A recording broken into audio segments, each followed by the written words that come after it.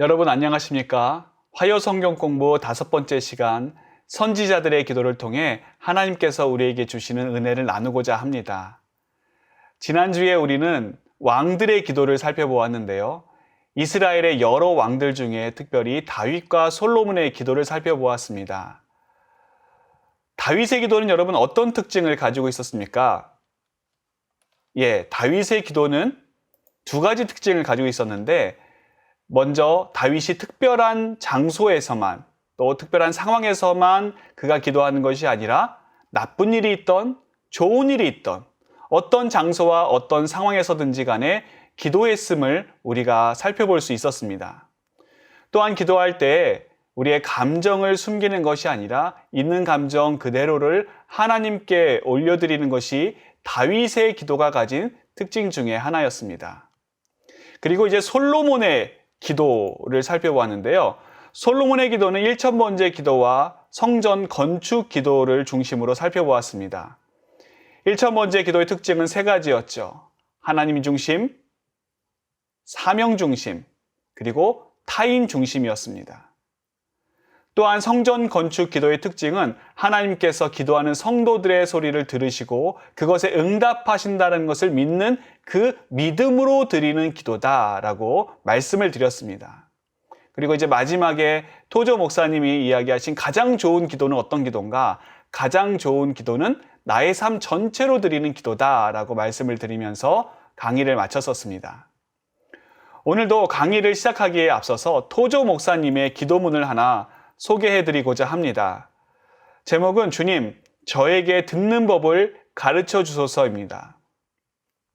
주님, 저에게 듣는 법을 가르쳐 주소서. 이 시대는 소란하고 저의 귀는 계속적으로 울리는 많은 거슬리는 소리로 인하여 지쳐 있습니다. 사무엘이 말씀하옵소서 주의 종이 듣겠나이다 라고 말할 때에 지니고 있던 영을 저에게 주옵소서. 주님께서 제 심령이 하시는 말씀을 듣게 하옵소서. 주님의 음성에 익숙하게 하여 주옵소서. 땅의 소리들이 사라질 때 주님의 어조가 저에게 친밀한 것이 되고 주님께서 말씀하시는 음성만이 음악처럼 울려 퍼지게 하옵소서. 예수님의 이름으로 기도드립니다. 아멘. 토조 목사님이 드렸던 이 기도문의 내용은 그 유명한 성경에 나오는 가장 훌륭한 선지자 중에 하나였던 사무엘의 일화를 가지고 그의 일생을 통해서 기도를 드리는 것을 볼 수가 있습니다. 사무엘은 우리가 잘 알다시피 한나의 기도로 낳은 아이였습니다. 그의 어머니 한나의 기도도 우리에게 주는 메시지가 있기 때문에 이 부분에 대해서는 우리가 다음 주에 여인들의 기도를 다룰 때 한번 깊이 살펴보도록 하겠습니다. 자신의 어머니가 하나님께 서원했기 때문에 사무엘은 어려서부터 성전 생활을 했었습니다. 그가 이제 주로 했던 일은 제사장 엘리 옆에서 엘리를 돕는 일이었죠. 그러던 어느 날 하나님께서 사무엘을 찾아오셨습니다. 그날 사무엘은 하나님의 궤가 있는 여호와의 전안에 누워 있었는데요. 그때 사무엘에게 자신을 부르는 소리가 들렸습니다. 그는 제사장 엘리가 자기를 부르는 줄 알았어요. 그래서 얼른 엘리에게로 달려갔습니다. 그런데 엘리가 안 불렀다는 겁니다. 이상하다 생각하고 다시 자리에 누웠습니다. 잠시 뒤에 또다시 자신을 부르는 소리가 들렸습니다. 사무엘은 다시 일어나서 엘리에게로 갔습니다. 그런데 엘리는 또 안 불렀다는 겁니다. 참 이상한 일 아닙니까? 다시 이제 사무엘은 자신의 자리로 누웠습니다. 이때 사무엘이 자신을 부르는 소리가 어디서부터인지 알지 못했던 이유에 대해서 사무엘상 3장 7절은 이렇게 이야기합니다. 사무엘이 아직 여호와를 알지 못하고 여호와의 말씀도 아직 그에게 나타나지 아니한 때라. 아직 사무엘이 하나님을 알지 못했고 아직 하나님의 말씀을 들어본 적이 없었기 때문에 사무엘은 자신을 부르는 음성이 하나님의 것인지 아니면 엘리 제사장의 것인지를 분별하지 못했던 것입니다. 잠시 뒤에 세 번째로 사무엘을 부르는 소리가 들렸습니다. 사무엘이 얼른 일어나서 다시 엘리에게로 달려가자 엘리는 그제서야 아, 이것은 하나님께서 사무엘을 부르시는 것이구나 눈치를 챘습니다. 그리고 사무엘에게 이렇게 이야기합니다. 가서 너는 누웠다가 그가 너를 부르시거든 내가 말하기를 여호와여 말씀하옵소서 주의 종이 듣겠나이다 하라. 이 이야기를 들은 사무엘은 엘리의 말대로 자리에 가서 누웠습니다. 그러자 또다시 소리가 들렸습니다. 사무엘아 사무엘아. 그 소리를 들은 사무엘은 그 자리에서 벌떡 일어나 엘리가 알려준 대로 말했습니다. 말씀하옵소서 주의 종이 듣겠나이다. 그러자 하나님께서는 이 사무엘에게 앞으로 엘리의 집안에 어떤 일을 행하실지에 대한 내용들을 자세하게 알려주셨습니다. 여러분 지금 하나님과 사무엘 간에 이루어진 이 4번의 어떻게 보면 엇갈림이라고 볼 수가 있는데요. 이것은 우리가 기도할 때에 일어나는 일들과 많은 유사점을 가지고 있습니다. 우리는 흔히 기도의 시작이 우리로부터라고 생각을 하죠. 내가 먼저 하나님 앞에 무릎 꿇고 하나님께 여러 기도의 제목들을 아뢰는 것이 일반적인 기도의 패턴이라고 할 수가 있는데 여러분 꼭 그렇지 않습니다. 기도의 시작이 나로부터 시작하는 것이 아니라 하나님께서 나에게 직접 먼저 말 걸어오실 때가 있습니다. 여러분 우리가 이 부분을 간과하기가 쉬운데요. 기도는 내 쪽에서만 시작되지 않습니다. 하나님께서 나에게 말씀하시고 또 하나님께서 나와 대화하기 원하심으로 기도가 시작되는 때가 종종 있습니다. 아마 여러분도 이런 경험이 있으실 텐데요. 아, 목사님, 저는 그런 경험이 한 번도 없습니다. 저는 제가 늘 먼저 기도하고 제가 먼저 하나님께 말 걸지 하나님께서 저에게 먼저 말 걸어 오신 적은 없으십니다. 만일 이런 분들이 계시다면 그분들은 아직 하나님께서 사무엘을 부르셨는데도 깨닫지 못했던 이 3번째 부름까지의 단계에 머물러 있기 때문이라고 생각할 수가 있습니다. 물론 하나님께서 우리에게 말씀을 걸어 오실 때는 그런 기도를 시키실 때는 사무엘처럼 귀로 들을 수 있는 방법으로 말씀하시는 경우는 거의 없습니다. 물론 그러면 좋겠지요. 하지만 대부분의 경우는 어떤 식으로 하나님께서 말씀하시느냐 하면 내 내면에 우리에게 감동을 주시는 경우가 참 많이 있습니다. 여러분 밤에 주무시다가 갑자기 깬다든지 또 쉽게 잠 못 드는 경우가 있으실 것입니다. 아, 몸에 별로 이상도 없는데 그렇다고 컨디션이 나쁜 것도 아닌데 왜 평소와는 다르게 쉽게 잠을 못 이루는 것일까요? 물론 어쩌다 그런가 보다 하고 넘어갈 수도 있고 또 요즘에 내가 신경 쓰는 게 많은가 보다 하고 대수롭지 않게 여길 수도 있습니다. 하지만 여러분 혹시 그것이 하나님께서 나에게 말 걸어오시는 사인이 아닌가 생각해 보신 적이 있으십니까? 길을 가다가 아니면 집안일을 하다가 아니면 그냥 업무를 본다든지 그럴 때 불현듯 어떤 사람이 생각날 때가 있습니다. 아니면 기도하고 싶은 마음이 드는 적이 있으실 것입니다. 여러분 왜 그럴까요? 우연한 일일까요? 아니면 괜히 내가 센치해지고 뭐 요즘 같으면 괜히 이제 봄 타서 그런 것일까요? 물론 그럴 수도 있지만 아닐 수도 있습니다. 그것이 바로 하나님께서 나에게 말을 걸어오시는 순간일 수도 있고 나로 하여금 하나님의 말씀을 듣게 하시기 위함일 수가 있는 것입니다. 그런데 많은 경우 우리는 사무엘이 번지수를 잘못 찾았던 것처럼 아유 괜히 내가 그런가 보다, 내가 좀 요즘에 이상해졌나 보다 하고 지나칠 때가 많이 있습니다. 그러니 하나님께서 나에게 말을 걸어오셔도 그 말씀을 우리가 듣지 못하는 것이고 또 하나님께서 나에게 먼저 말 걸어오셔도 그것을 깨닫지 못한 채 내가 먼저 하나님께 기도하는 것이 내 일반적인 기도의 패턴이라고 아예 단정 지어버리는 경우가 생기게 되는 것이죠. 사무엘이 이 기도를 했는데 이 사무엘의 기도를 통해서 우리가 기억해야 하는 것은 기도에 대한 그의 신앙 고백입니다. 하나님 왜 부르셨습니까? 하나님 어쩐 일로 저를 부르셨습니까?가 아니라 주님 말씀하옵소서 주의 종이 듣겠나이다. 이 위대한 고백이 기도하는 우리에게 있어야 하는 것입니다. 여러분 우리가 기도할 때 이 사무엘의 고백으로 시작해보면 어떨까요? 주여 내게 말씀하옵소서 주의 종이 듣겠나이다. 목사님 그렇게 했는데 만일 아무런 말도 못 들으면 어떡합니까? 괜히 이상해지는 것 아닙니까? 저 혼자 북치고 장구치고 다 하는 것 아닙니까? 그렇게 생각하실 수 있는 분이 있는데 그러면 할 수 없는 것 아니겠습니까? 하나님께서 말씀을 안 하신다는데 내가 억지로 하나님에게 말씀해달라고 강제할 수는 없는 것이죠. 하나님께서 말씀하시지 않으시면 아무 말씀도 안 하시는 겁니다. 종은 그냥 기다릴 뿐이죠. 10분이고 20분이고 1시간이고 2시간이고 하나님께서 말씀하실 때까지 그냥 기다리면 됩니다.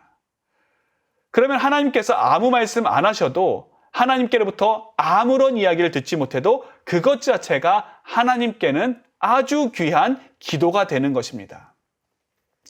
어떤 목사님이 하나님께서 자신에게 뭐라고 말씀하시는지 듣기 위해서 한 2시간 정도 밖으로 나갔다 오겠다라고 이야기를 하고 집 밖을 나갔습니다. 2시간 후에 이제 집으로 돌아오자 사모님이 빙그레 웃으면서 물었습니다. 그래, 하나님의 말씀은 들으셨나요? 하나님께서 뭐라고 하시던가요? 그러자 이 목사님은 이렇게 이야기했습니다. 하나님께서 아무 말씀 안 하시더라고. 2시간이나 내가 기다렸는데 하나님께서 아무 말씀도 안 하셨어. 그러자 이제 사모님이 다시 물었습니다. 그럼 당신은 2시간 동안 뭐 하고 있었나요? 그때 이 목사님이 이렇게 대답했습니다. 나도 2시간 동안 그냥 가만히 있었지. 여러분, 우리는 때로 너무 말을 우리가 많이 할 때가 있습니다. 내가 하고 싶은 말 다 하고 내가 적어놓은 기도 제목 하나라도 빠뜨리면 밤에 잠을 못 이루는 분이 계시지요. 그런데 우리 예수님께서는 마태복음 6장 7절에 분명히 말씀하셨습니다. 또 기도할 때 이방인과 같이 중언부언하지 말라. 그들은 말을 많이 하여야 들으실 줄 생각하느니라. 기도할 때 말을 많이 하는 것이 능사는 아닙니다. 때로는 잠잠히 듣는 기도가 필요합니다. 사무엘의 기도의 특징은 바로 듣는 기도였습니다. 주님, 말씀하옵소서. 주의 종이 듣겠나이다. 물론 이렇게 듣는 기도가 처음부터 쉬운 것은 아닙니다. 여러분 한번 해보십시오. 이게 그냥 가만히 있는다고 되는 것이 아닙니다. 아마 10초에서 20초도 집중하기 어려울지 모릅니다. 만일 어떤 분이 30초에서 1분을 집중한다? 그분은 대단한 겁니다. 보통이 아니죠.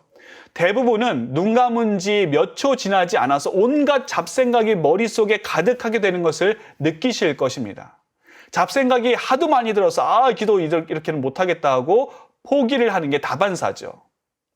그런데 여러분, 그런 잡생각들도 어떻게 보면 나에게 말씀해 주시는, 또 나에게 말 걸어오시는 하나님의 음성일 수가 있습니다.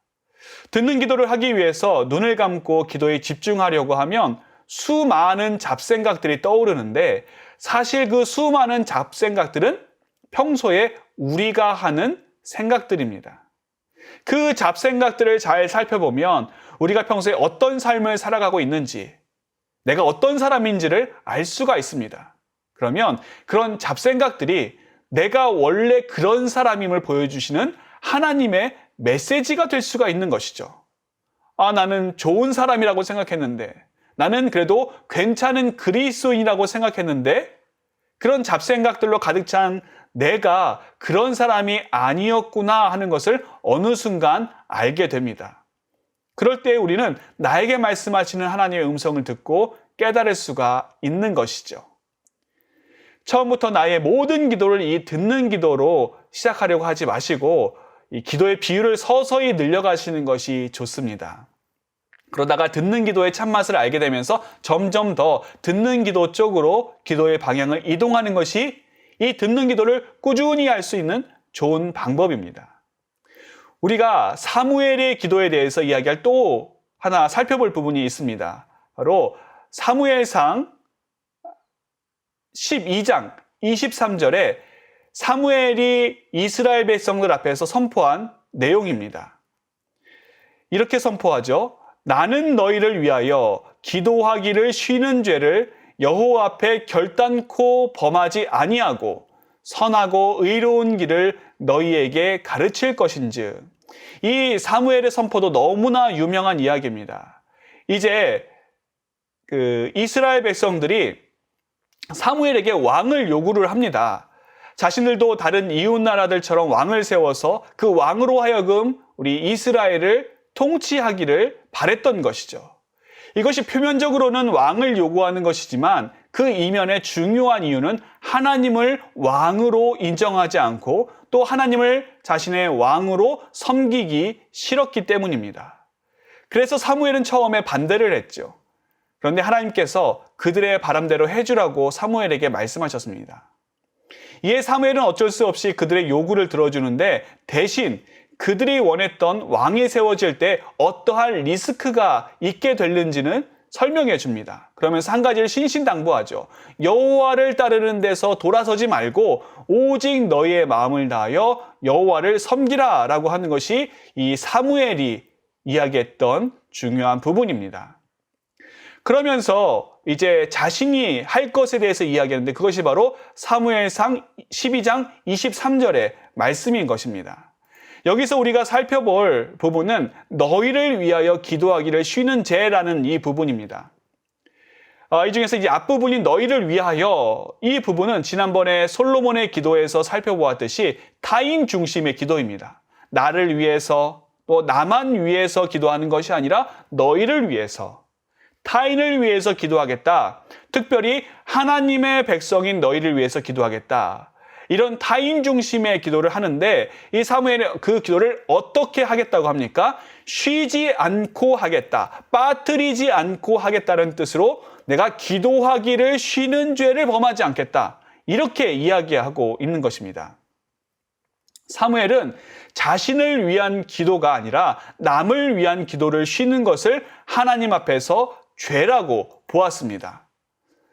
여러분, 우리는 전혀 다르지 않습니까? 우리는 대부분 기도 못할 수도 있는 거지, 또 뭐 안 할 수도 있는 거지. 물론 하면 좋지만 빼먹을 수도 있고, 바쁘면 넘어갈 수도 있고, 이렇게 생각하지 기도를 쉬는 것을 죄라고 인식을 잘 하지 않습니다.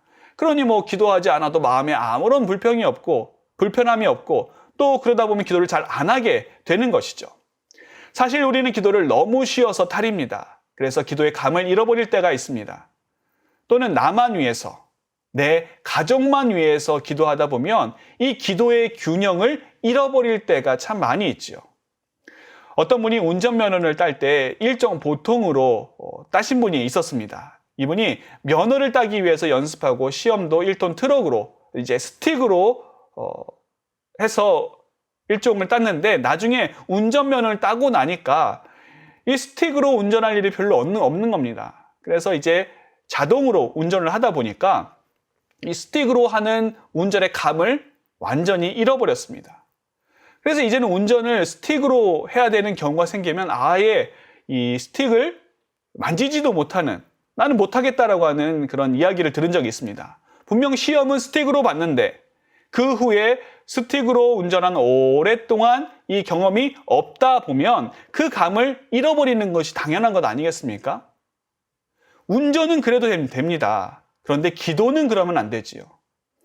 기도를 안 해봐서 어떻게 기도하는지 모르겠다. 아니면 매일 하는 기도가 내 기도만 하다 보니까 주님의 뜻을 구하는 기도, 남을 위하는 기도는 내가 어떻게 하는지 모르겠다. 이것은 기도하는 사람으로서 문제가 있는 것이죠. 데살로니가 전서 5장 17절은 우리에게 기도에 대해서 이렇게 말씀합니다. 쉬지 말고 기도하라. 이 쉬지 말고 기도하는 것은 그냥 되는 것이 아닙니다.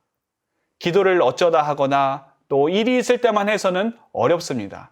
기도가 삶이 되어야 하고 기도가 일상이 되어야 합니다.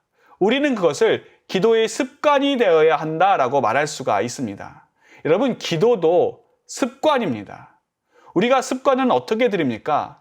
책을 많이 읽거나 또 연구를 많이 한다고 습관이 드는 게 아니죠. 생각을 많이 하거나 고민을 많이 한다고 해서 습관이 저절로 형성되는 것이 아닙니다. 습관을 들이기 위해서는 그 습관대로 살아야 합니다. 기도도 마찬가지죠. 기도의 습관을 들이기 위해서는 가장 중요한 것이 기도를 하는 것입니다. 제가 계속 말씀드리는 것이 이 화요 성경 공부가 기도에 대해서 이번 학기에 다루고 있는데, 아무리 강의를 여러 번 들어도 직접 기도하지 않으면 이 강의는 아무런 소용이 없는 것입니다.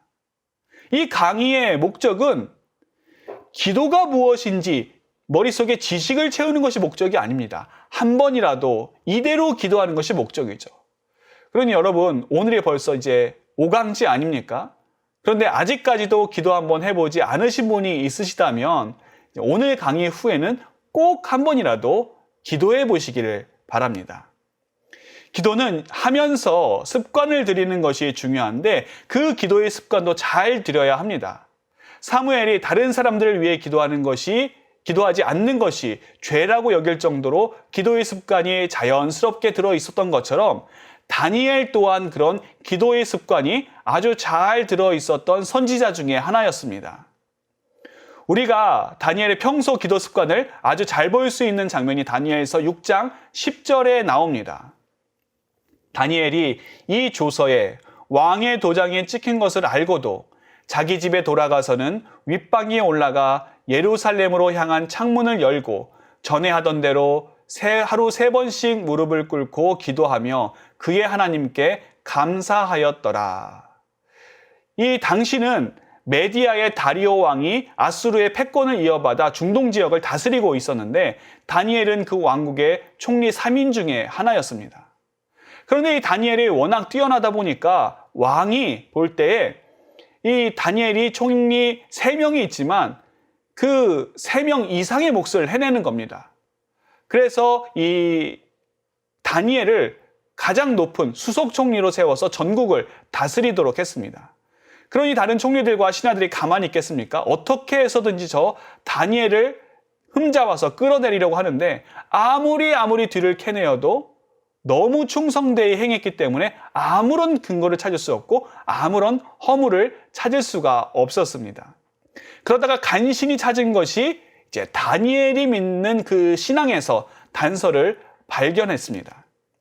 그리고는 이제 우르르 몰려가서 다리오 왕에게 앞으로 30일 동안 왕 외에 다른 신에게라든지 또 다른 사람에게 무엇을 구하면 그 사람을 사자굴에 던져넣는 법령을 제정하도록 주청을 드렸습니다. 이 다리오 왕 입장에서는 좋은 것 아니겠습니까? 그래서 그렇게 하도록 허락을 하고 조서에 왕의 도장을 찍었습니다. 이 조서에 왕의 도장을 찍었다라고 하는 것은 이제 이것을 아무도 바꾸지 못한다. 비록 왕이라 할지라도 그것을 변경하지 못한다라고 하는 의미를 가지고 있습니다. 이 사실을 수석 총리인 다니엘이 몰랐겠습니까? 당연히 알았지요. 그런데도 불구하고 이미 왕의 조서에 왕의 도장이 찍힌 것을 알고 있음에도 불구하고 다니엘이 어떻게 합니까? 여전히 기도를 드리는 겁니다.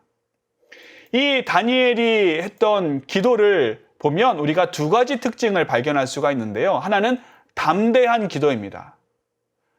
다니엘이 기도하는데 아주 보란듯이 기도하고 있습니다. 기도하는 것을 숨기거나 감추지 않았습니다. 여러분, 지금 이 금령이 누구 때문에 생긴 것입니까? 다니엘 때문에 생긴 것이죠. 그러므로 다니엘을 해치려고 하는 사람들은 이제 눈에 불을 켜고 왕의 조서에 도장을 찍은 그 순간부터 다니엘을 감시했을 것입니다. 지금 나오는 화면에도 몰래 뒤에서 사람들이 다니엘을 지켜보고 있지 않습니까? 그렇기 때문에 이 다니엘은 자유롭게 아무도 모르는 상황에서 기도했던 것이 아니라 사람들이 보는 그 상황 가운데 기도했던 것입니다. 다니엘은 그 사실을 알고도 집으로 돌아가서 기도를 하는데 어떻게 하느냐? 그의 행동을 보면 아주 재밌습니다. 먼저 윗방으로 올라갑니다. 그리고 예루살렘을 향하여 창문을 열었습니다. 아니, 지금 시국이 어떤 시국인데 만일 이러면 윗방 말고 다락방에 산다든지 아니면 남의 눈에 띄지 않는 골방에 들어가서 하지 왜 윗방으로 올라갑니까? 더군다나 창문을 왜 엽니까? 지금 이제 감시 카메라가 사방에서 돌아가고 있는데 이건 완전히 걸리려고 하는 행동 아니겠습니까?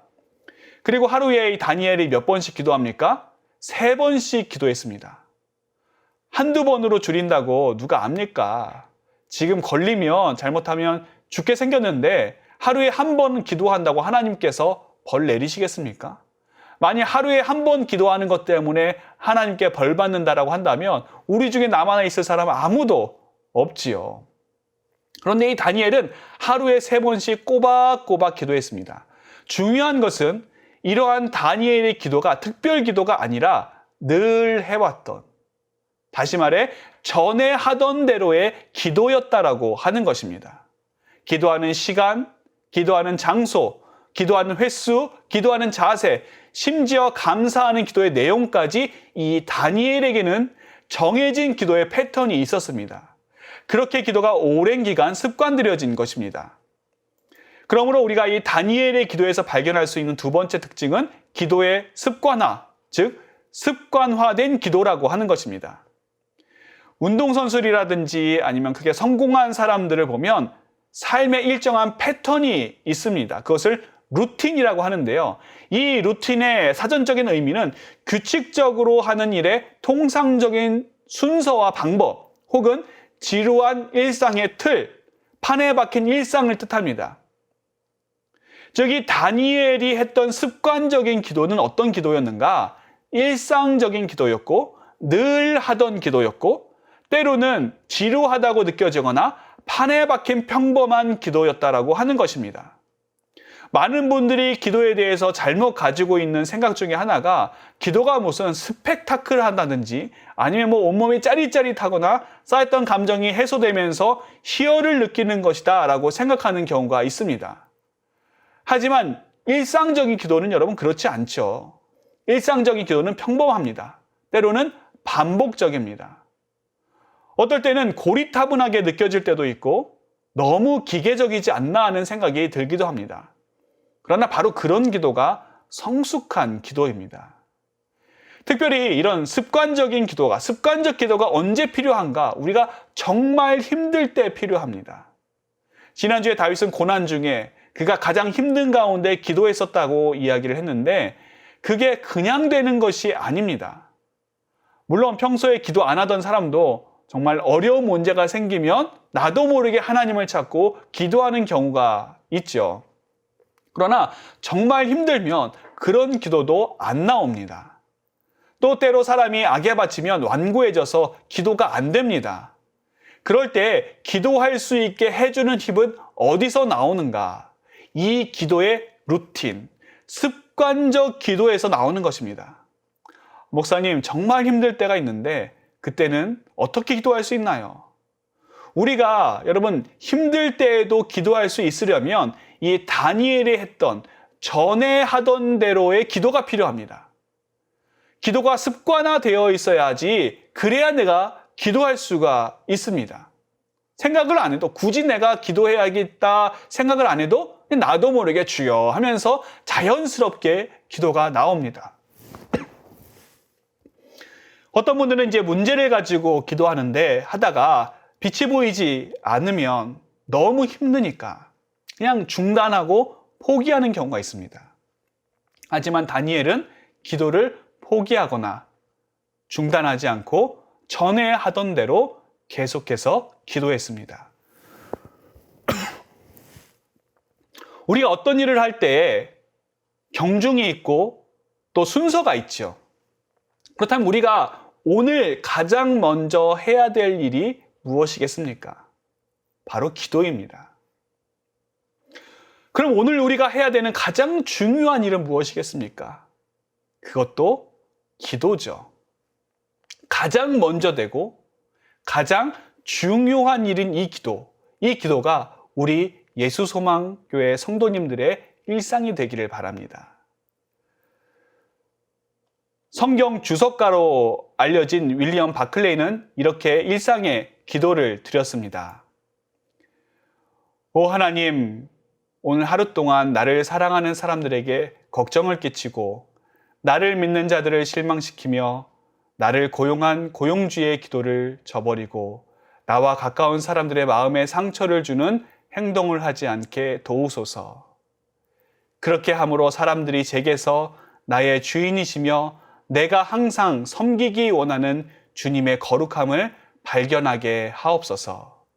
이 모든 것을 당신의 사랑에 의지하여 기도드립니다. 이 한 주간 사무엘이 했던 듣는 기도를 통해 우리를 향한 하나님 아버지의 뜻을 발견하기 원합니다. 또한 다니엘이 했던 담대한 기도와 습관적인 기도를 통해 우리의 기도의 지경이 더욱 넓혀지기를 소망합니다. 이것으로 강의를 마치겠습니다. 이번 주일이 부활주일이었는데요. 우리 주님의 부활하심을 기뻐하며 그 부활의 능력에 힘입어 살아가시는 한 주간이 되시기를 주님의 이름으로 축복합니다. 다음 주에 뵙겠습니다. 감사합니다.